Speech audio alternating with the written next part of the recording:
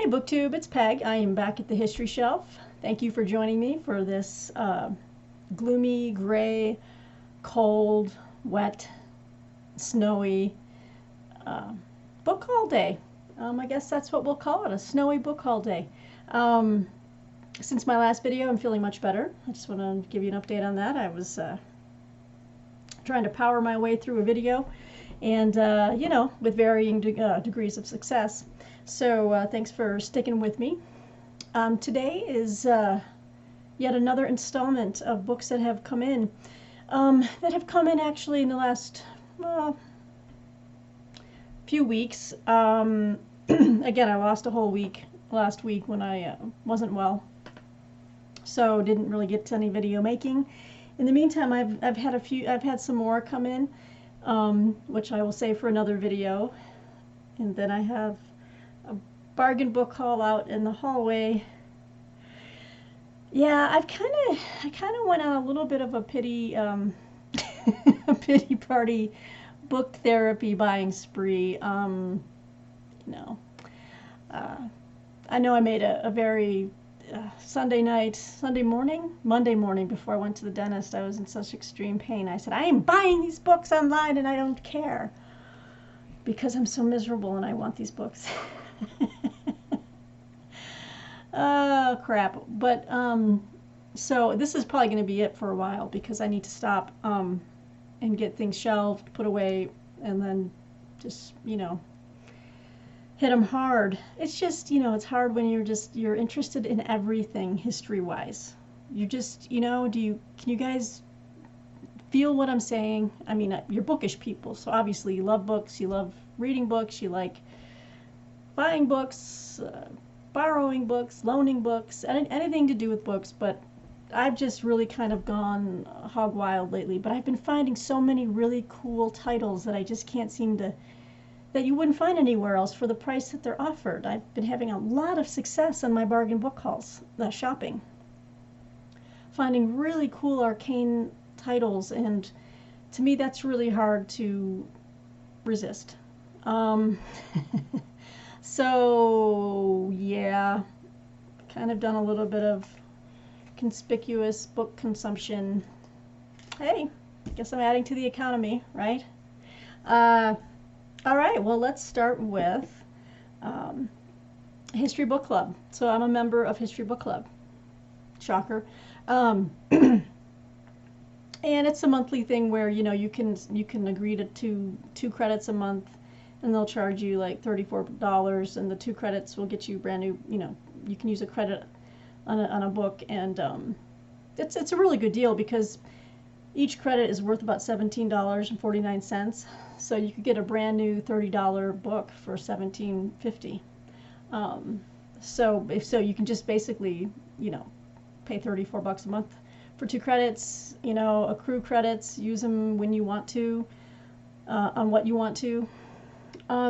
So there were a couple months where I didn't decline the credits, and so I had like 4 credits piling up, and I was like so excited.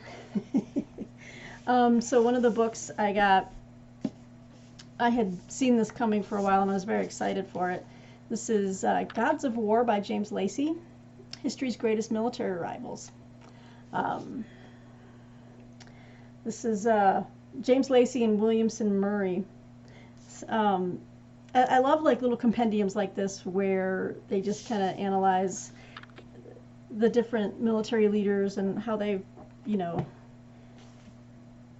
how they kind of matched up to each other, like with this book covers like Hannibal and Scipio, Napoleon and Wellington, Richard the First and Saladin, Caesar and Pompey, of course Grant and Lee. That'll be a good one. We've got Rommel, Montgomery, and Patton. Let's see. So I think those are the major military rivals that they're looking at. Is there one more before Hannibal? No, there's just like a framework for war. I'll just read real briefly if you guys are interested. Any meeting of genius may create sparks, but when military geniuses meet, Their confrontations play out upon a vast panorama of states or civilizations at war, wielding the full destructive power of a mighty nation's armies. Gods of War is the first single-volume, in-depth examination of the most celebrated military rivalries of all time, and of the rare, world-changing battles in which these great commanders in history matched themselves against true equals. Although, in the case of Grant and Lee, I'm sorry, Lee was not Grant's equal. In all my research, and I've done a lot of research on Civil War, especially the military history side of it, Lee was not, the Lost Cause venerated him and his skill level, which was not all that great. He was extremely aggressive in his tactics, he didn't have a firm grasp of overall strategy. So the tactics were just to, hammer and be offensive. And if he didn't have Stonewall Jackson, really, he wouldn't have had the reputation that he does today. So Grant and Lee were not equals. Grant was far superior to Lee. Just saying. Okay. Says here, from Caesar and Pompey deciding the fate of the Roman Republic, to Grant and Lee battling for a year during the American Civil War, to Rommel and Montgomery and Patton meeting in battle after battle as Hitler strove for European domination. These matchups and their corresponding strategies are among the most memorable in history. So, this is a book. Oh, this is a book that Peg loves. Am I not a nerd? Look at this. I love this kind of stuff. I love military history. I love seeing these charts. This is so cool. Okay, but there's cooler stuff in here. We've got you got a bust of Caesar. I mean, there's a nice smattering throughout of some illustration. Got Napoleon.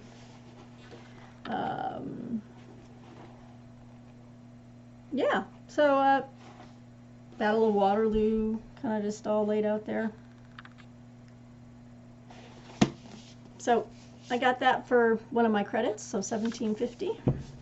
I got that. And then this next book I got from History Book Club, I hadn't noticed it at first because I usually look under like new arrivals or coming soon to see what new history is being published. And this one was kind of down the scroll, as I was scrolling through the books. But as I read the description and I saw that it was by Yale University Press, I was like, I think I might need to check this out because I'm very interested in religion. I love reading about religion and Christianity, even reading about the denominations or the different sects of Christianity. Not sects, not sex, right? Not that. Sects of Christianity. So when I saw this, I was really intrigued. This is American Catholics, a History by Leslie Woodcock Tentler. And it's a really beautiful cover. So that's by Yale. Let me just give you a little bit here. This comprehensive survey of Catholic history in what became the United States spans nearly 500 years, from the arrival of the first Spanish missionaries to the present.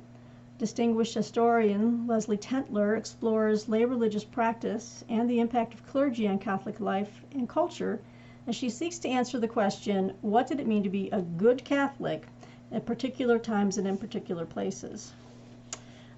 In its focus on Catholics' participation in American politics and Catholic intellectual life, this book includes in-depth discussions of Catholics, race, and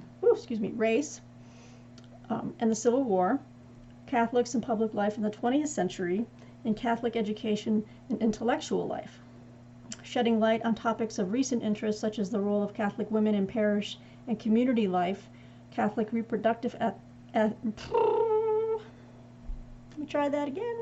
Catholic reproductive ethics regarding birth control, and the Catholic Church's sex abuse crisis. This engaging history provides an up-to-date account of the history of American Catholicism. So this is a brand new release, and I got it for $17.50. So it looks like there's going to be a nice intersection of like, oh, theology, especially as it pertains to, just obviously um, the American strain of Catholicism. Um, because it varies, and I'm not. I should say, by way of disclaimer, that I am technically Protestant.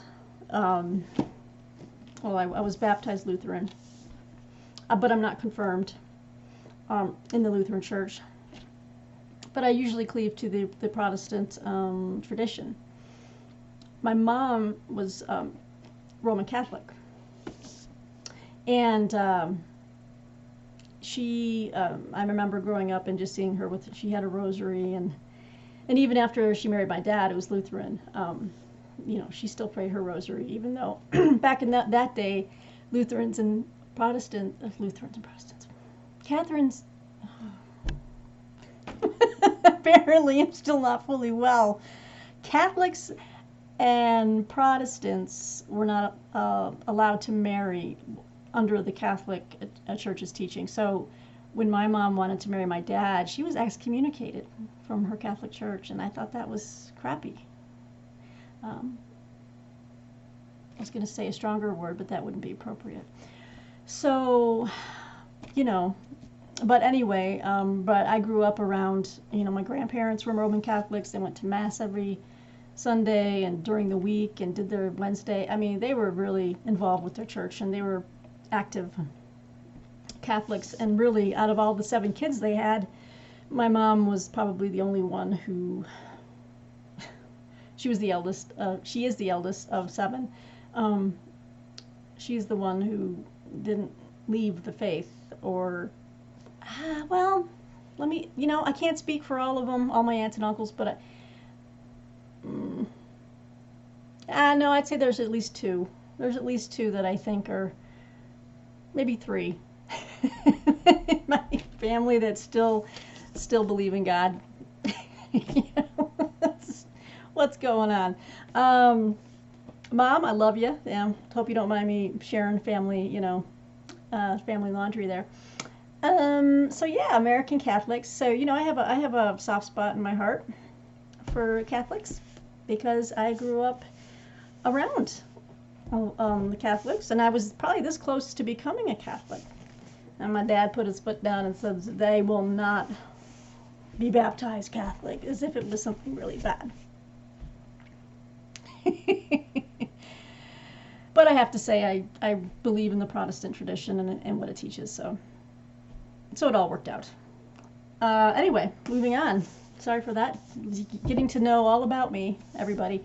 Okay, moving on. So we're moving into history, and these are books from university presses that I'm very excited to have, and they're going to be on my list of fall and winter reading, and I'll be sharing my thoughts on these books as I get through them. But here's a little bit of a presidential biography. This is a brand new book, brand new release, President Without a Party, The Life of John Tyler, by Christopher J. Leahy. I don't know a lot about John Tyler, and I want to know more. And this is put out by LSU Press, the great folks at LSU Press. Yeah, he's kind of like the in-between guy. He came before Polk. But a recent book I read talking about, the Breakaway Americas book, right? And it was talking about the Texas moment where people were leaving the United States because of the rampant depression brought about by the Panic of 1839, and whether people really wanted to annex Texas in the United States proper, whether they even thought that was a good idea. And it was Polk who came along and said, I am annexing the crap out of everything that I can. I want to add to this country. But Tyler, he was kind of he came a little bit before, I think he was the president before him. And he was a Southerner. Here, let me just read you a quick synopsis on this brand new biography on President Tyler. Historians have long viewed President John Tyler as one of the nation's least effective heads of state. Well, okay, I'm not going to say anything. In President Without a Party, The first full-scale biography of Tyler in more than 50 years. That's cool. And the first new academic study of him in 8 decades. Wow. Oh, this is great. Okay. Christopher J. Leahy explores the life of the 10th Chief Executive of the United States. Born in the Virginia Tidewater into an elite family, Tyler worked as an attorney before entering politics. Using a wealth of primary sources, Leahy charts Tyler's early political path from his election to the Virginia legislature in 1811, through his stints as a congressman and senator, to his vice presidential nomination on the Whig ticket for the campaign of 1840. When William Henry Harrison died unexpectedly early in his presidency, Tyler became the first vice president to become president because of the death of the incumbent. Leahy unpacks the fraught dynamics between Tyler and his fellow Whigs, who banished the president from their ranks and stymied his election bid 3 years later.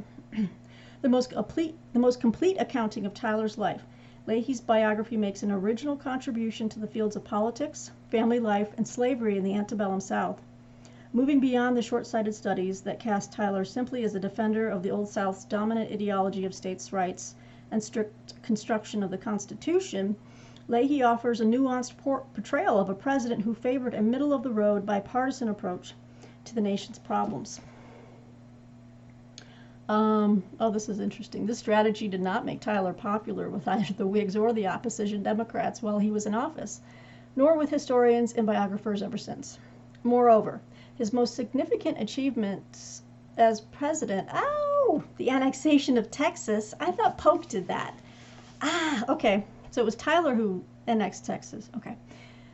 Anyway, they're saying that achievement exacerbated the sectional tensions and put the United States on the road to civil war. That was one of the many reasons that, one of the many acts that put the United States on the road to civil war. I mean, you can say the attack on Harper's Ferry put the United States on the road to the Civil War. So many things put the United States on the road to the Civil War. But it all added to it for sure. So, okay, so John Tyler annexed Texas. See, this is why this book is so necessary. We need to really fill in some gaps on President Tyler. So I am really pleased to see this, you guys. This is from LSU Press. So if you're interested in this book, check out their website, or I guess it's available now on wherever fine books are sold. But I'm excited for this. 8 decades since they've done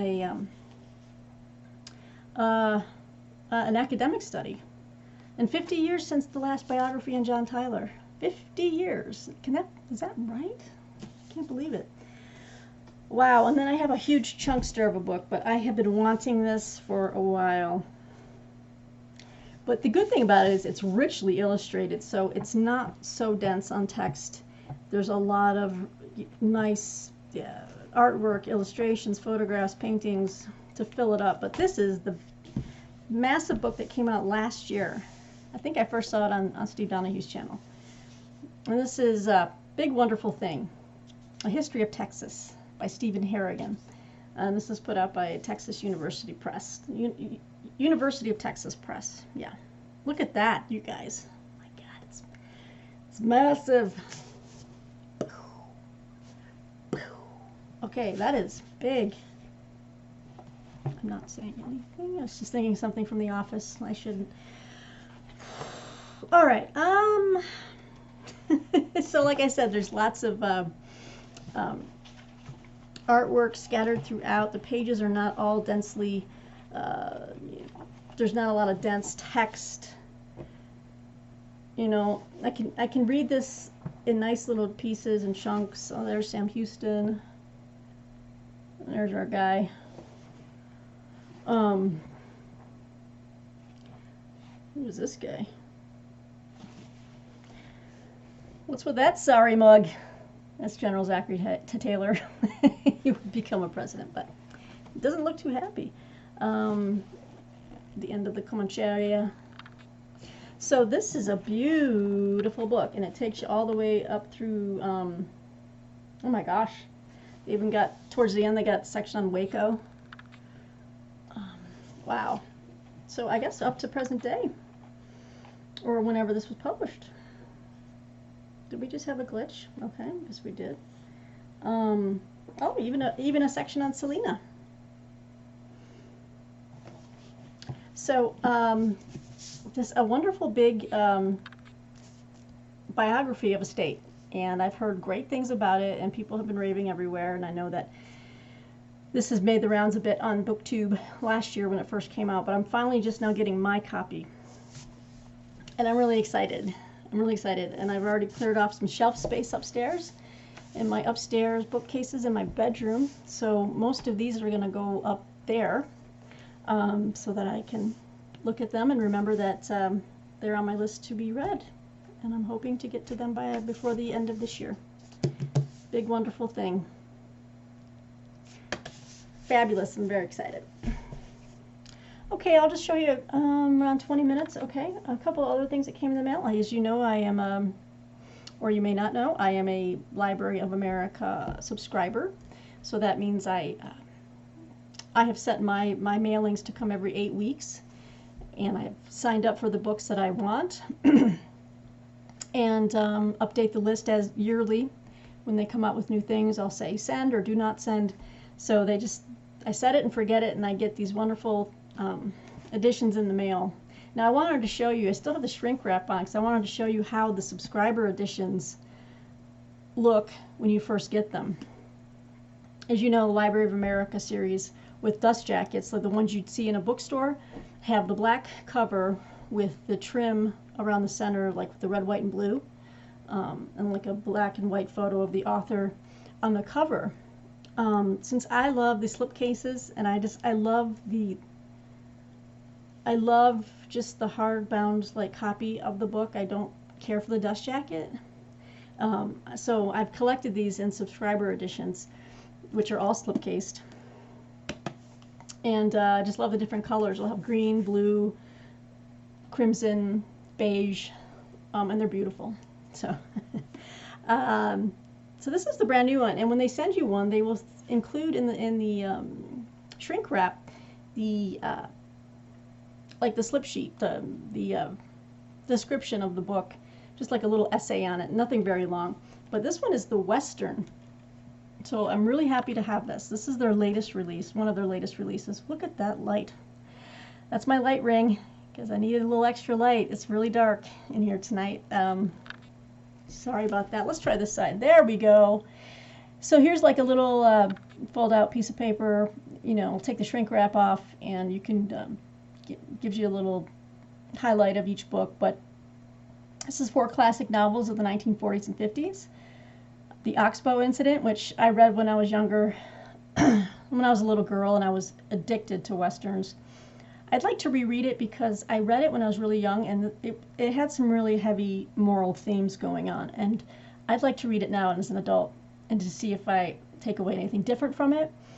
I mean, I understood what was going on when I read it, but I think I might have a deeper appreciation of just the moral agonies that the protagonist was going through at the time of the incidents in the Oxbow incident. And that's written by Walter Van Tilburg Clark. Then of course we have Shane by Jack Schaefer. The Searchers, Alan LeMay. Now I've never read the book, I've seen the movie. I was a huge John Wayne fan when I was going through my Westerns phase as a young girl. I even had a beautiful like wall clock carved out of wood, and it was varnished, and it had John Wayne's like, you know, face in it with his cowboy hat. I was just huge into John Wayne. I think I still have that clock somewhere. So I'd like to read the book. And then we have, what's this, Warlock by Oakley Hall. And I've never heard of Warlock, so. And as you can see there, this is the blue color. Yeah, so anyway, I got that in the mail. Add that to my library upstairs. And then 2 other books. One is really thick and one is really thin. Thin and thick. So I've heard about this book before, somewhere along in my many readings, and it popped up again when I was discussing with someone like the psychology of crowds. And it seems to fit a lot with what is going on both on the far left and the far right today Um, and I want to, no pun intended, get my head around it. I want to understand what happens when people join a large crowd. It's like sometimes individual thinking ceases. I mean, it's been documented by, sociologists and anthropologists, and there's just something happens and something changes in the human animal when in the midst of a crowd, dare I say, sometimes a mob. But this is a classic work on this, and this is by, oh, it just glitched again. This is The Crowd, a study of the popular mind by Gustave Le Bon. Now, I've been trying to find a copy of this, and a copy that I want to own for my library, but they are either some really ripped off editions that are like independently printed. So the most I could find was the Dover Publications edition. So it was like $9.95, so about $10 on Amazon, and so I went with the Dover edition. But let me just read it to you real quick about this. One of the most influential works of social psychology in history, The Crowd was highly instrumental in creating this field of study by analyzing in detail mass behavior. The book had a profound impact not only on Freud but also on such 20th century masters of crowd control as Hitler and Mussolini, both of whom may have used its observations as a guide to stirring up popular passions. In the author's words, the masses have never thirsted after truth. Whoever can supply them with illusions is easily their master. Whoever attempts to destroy their illusions is always their victim. Although the volume focuses on crowd psychology, it is also brilliantly instructive on the effects of the generally accepted beliefs of a nation's citizenry on the processes of history. Among the topics covered here are general characteristics and mental unity of the crowd's sentiments and morality, its ideas, reasoning power, and imagination, opinions and beliefs of crowds and the means used by leaders to persuade, classification of crowds, including criminal and electoral assemblages, as well as the functioning of criminal juries and parliamentary assemblies. It says here, a must-read volume for students of history, sociology, law, and psychology. The Crowd will also be invaluable to politicians, statesmen, investors, and marketing managers. Well, I guess that's true. Any study of crowd behavior, popular psychology, fascism, etc., would do well to begin with Le Bon's work. And that is a quote. That last one is a blurb from a professor of history at Princeton University. Yeah, so I'm glad to finally have it. It's a very slim volume. It's 139 pages. Some of our let's see, we have chapters here. We got book 1 is The Mind of Crowds, book 2, The Opinions and Beliefs of Crowds, and book 3, The Classification and Description of the Different Kinds of Crowds.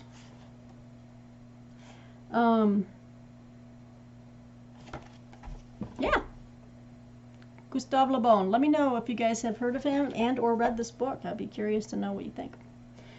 Final book. I dropped quite a few pennies on this one, but I wanted to have it. So I really need to sketch out time for when I'm going to read this in depth, making notes, because I really want to just marinate in the content here. I read the description, and also, it was recommended highly by Andrew B. on Andrew B's channel as he was doing his series, his wonderful series. Not everyone will agree, I'm sure, but I thought it was a wonderful series, wonderfully insightful. It gave me a lot to think about and gave me some avenues of further research on, what is it? The Conditions of the Working Class in England, and I hope that is the correct title, finally, by Friedrich Engels.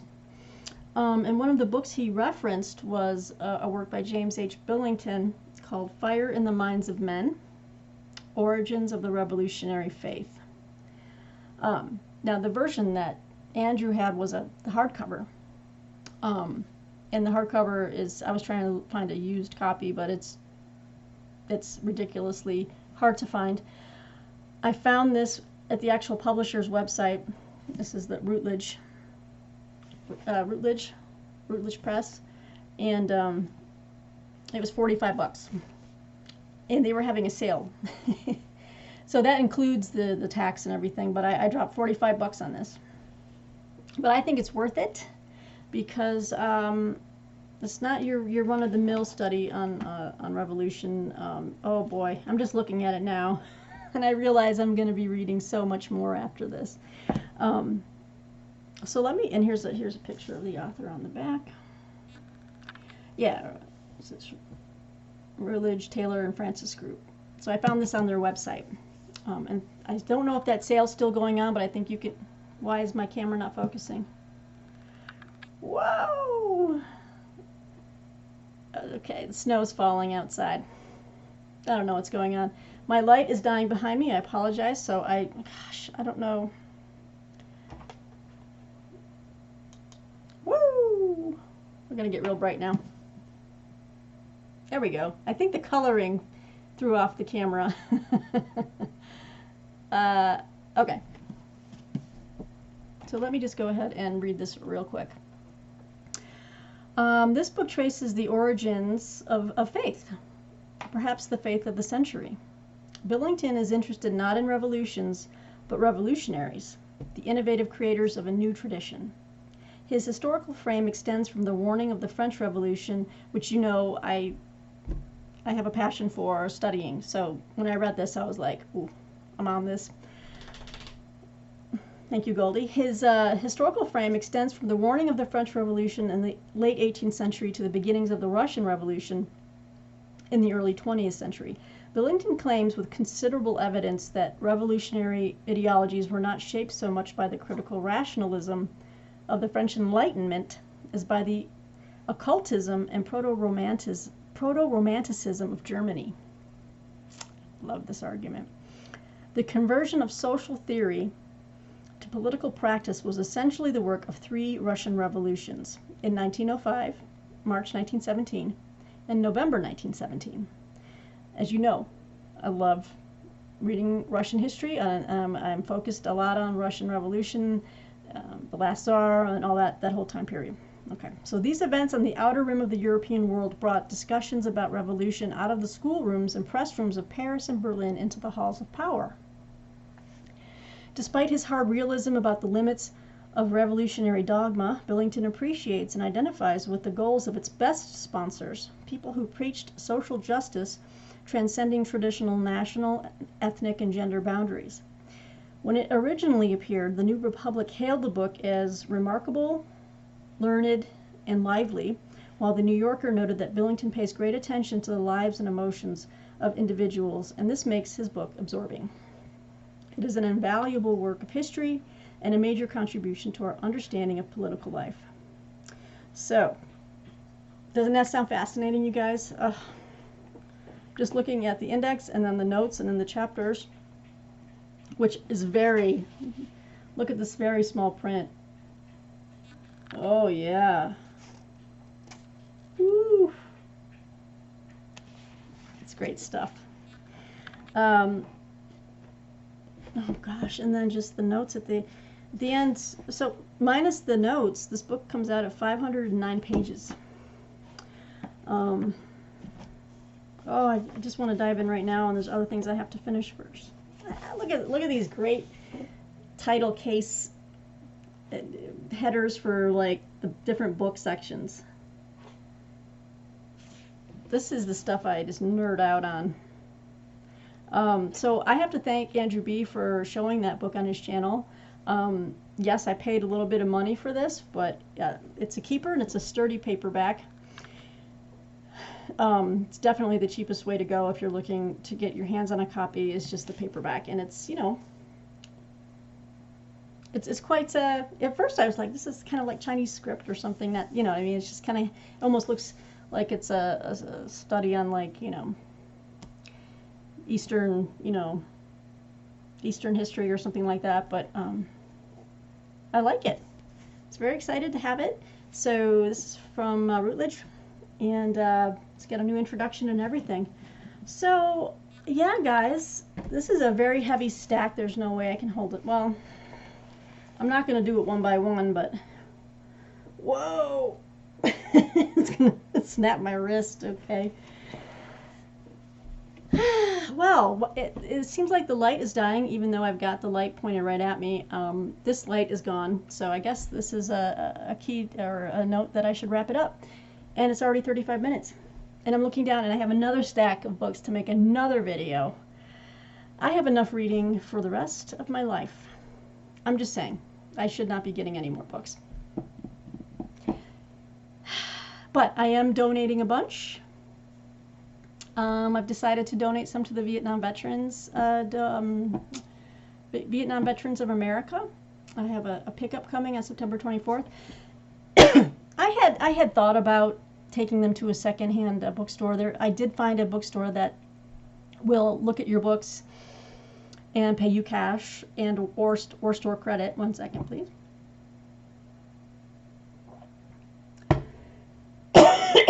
Excuse me. But you know what?